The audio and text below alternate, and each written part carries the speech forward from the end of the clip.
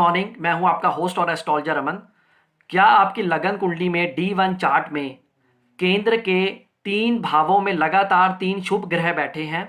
मैं एक ऑस्पिशियस योग की बात कर रहा हूं, उसका नाम है माला योग। यदि आपकी लगन कुंडली में केंद्र के किसी भी 3 भावों में लगातार एक एक शुभ ग्रह बैठे हों तो ऐसे में माला योग का निर्माण होता है। ये एक ऑस्पिशियस योग है। ये बनता सिर्फ केंद्र के घरों में है। लगन कुंडली के first house, fourth house, seventh house और 10th हाउस केंद्र के हाउसेस, केंद्र के भाव माने जाते हैं। किसी 3 भावों में लगातार 3 शुभ ग्रह बैठने से इस योग का निर्माण होता है। हमारे ग्रहों में जो 4 शुभ ग्रह हैं वो इस प्रकार हैं: गुरु, शुक्र, यदि बुध अकेला बैठा हो तो वो शुभ ग्रह में गिना जाएगा, और पक्ष बली चंद्रमा। अगर ये 4 ग्रहों में से कोई 3 ग्रह एक एक करके लगातार केंद्र के 3 भावों में बैठ जाएं तो जो बचा हुआ चौथा भाव होता है वो बेहद ऑस्पिशियस, बेहद शुभ माना जाता है और वो शुभ फल देने में बहुत सक्षम हो जाता है। उदाहरण के तौर पे मान लीजिए मेष लगन की कुंडली है, चतुर्थ भाव में मान लीजिए पक्षबली चंद्रमा बैठे हैं, सप्तम भाव में बृहस्पति बैठे हैं और दशम भाव में शुक्र बैठे हैं।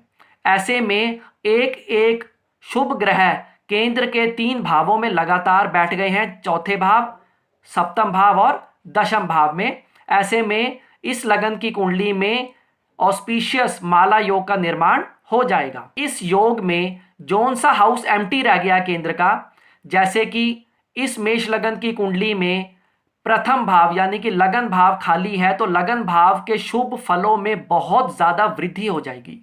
जैसे कि मेंटल पीस मिलेगी, हेल्थ वाइज वो ठीक रहेगा, अपने एम को इजीली फुलफिल कर सकेगा, उसको ऑब्स्टेकल्स लाइफ में बेहद कम आएंगे, एम को फुलफिल करने में सक्षम होगा। तो आप अपनी कुंडली में ज़रूर देखिए कि आपकी कुंडली में ये ऑस्पिशियस, ये शुभ माला योग बन रहा है। और यदि ये बन रहा हो तो जौन सा भाव केंद्र का खाली रह गया है उस भाव के शुभ फलों में बेहद वृद्धि हो जाएगी। मान लीजिए मेष लगन की कुंडली में प्रथम भाव, दशम भाव और सप्तम भाव में एक एक शुभ ग्रह बैठे हैं। प्रथम भाव में चंद्रमा, दशम भाव में शुक्र और सप्तम भाव में बृहस्पति बैठे हैं। ऐसे में इस लगन कुंडली में माला योग का निर्माण पूर्ण रूप से हो रहा है। और इस लगन की कुंडली में क्योंकि चतुर्थ भाव केंद्र में आता है और वो खाली रह गया, इसलिए चतुर्थ भाव के पॉजिटिव रिजल्ट्स में बहुत वृद्धि हो जाएगी। जैसे कि भूमि, वाहन, मकान, माता का सुख बहुत ज़्यादा बढ़ जाएगा, बहुत इजीली प्राप्त होगा, घर का सुख बहुत ज़्यादा मिलेगा। जहां हमारा बर्थ प्लेस है, 4th हाउस हमारे बर्थ कंट्री और को रिप्रेजेंट करता है, वहां पर रहकर व्यक्ति इजीली सक्सेसफुल हो जाएगा। ऐसे में ये योग बहुत ज़्यादा ऑस्पिशियस माना जाता है और सिर्फ केंद्र के भावों में ही बनता है। यदि आज की वीडियो इंटरेस्टिंग लगी हो तो लाइक ज़रूर कीजिएगा और इस वीडियो को अपने फ्रेंड सर्कल में शेयर भी अवश्य कीजिएगा।